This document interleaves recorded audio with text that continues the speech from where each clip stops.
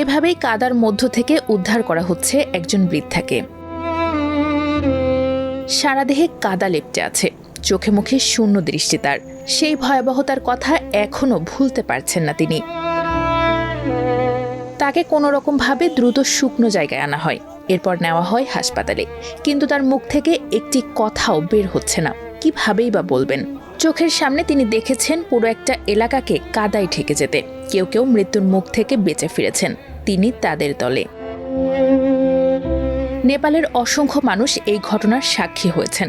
২৬ আগস্টের আকস্মিক হিমবাহ ধসে নদীর পানির তোড়ে ভেসে গেছে বাড়িঘর, কাদায় ঢেকে গেছে পুরো এলাকা। এখন পর্যন্ত প্রাণ হারিয়েছেন ২৭০ জন, নিখোঁজ হাজারেরও বেশি। তাদের খুঁজতে এভাবেই উদ্ধার অভিযান চালানো হচ্ছে। উদ্ধারকারীরা কাদা পানির মধ্য থেকে খুঁজে বের করার চেষ্টা করছেন আহতদের। বন্যার ভয়াবহতা থেকে বেঁচে যাওয়াদের একজন কেশব প্রসাদ বাড়াল। হাসপাতালের বিছানায় বসে সেই সময়কার স্মৃতিচারণ করে তিনি জানান, তিনি বাড়ির ছাদে আশ্রয় নিয়েছিলেন। ধেয়ে আসা পানি তার বাড়ির ওপরের তলাতে উঠে যায়। প্রায় ১ ঘন্টা পর পানি কিছুটা কমে, তবে এর মধ্যেই কাদা ধসে চাপা পড়েন তার স্ত্রী।